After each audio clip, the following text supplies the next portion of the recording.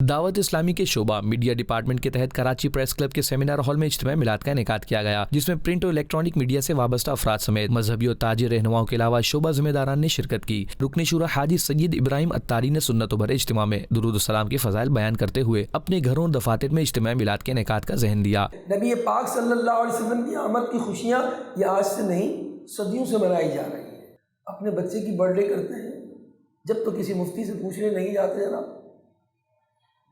اپنے سال کی اینیورسری مناتے ہیں آپ، سالانہ آپ جو ہے وہ شادی کی خوشی مناتے ہیں، جب کبھی مفتی کے پاس نہیں گئے۔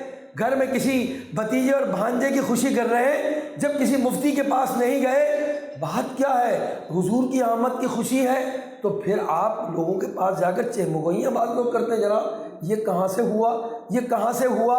ارے قرآن پڑھو، اللہ نے حضور کا میلاد بنایا، حضور نے اپنا میلاد خود بنایا۔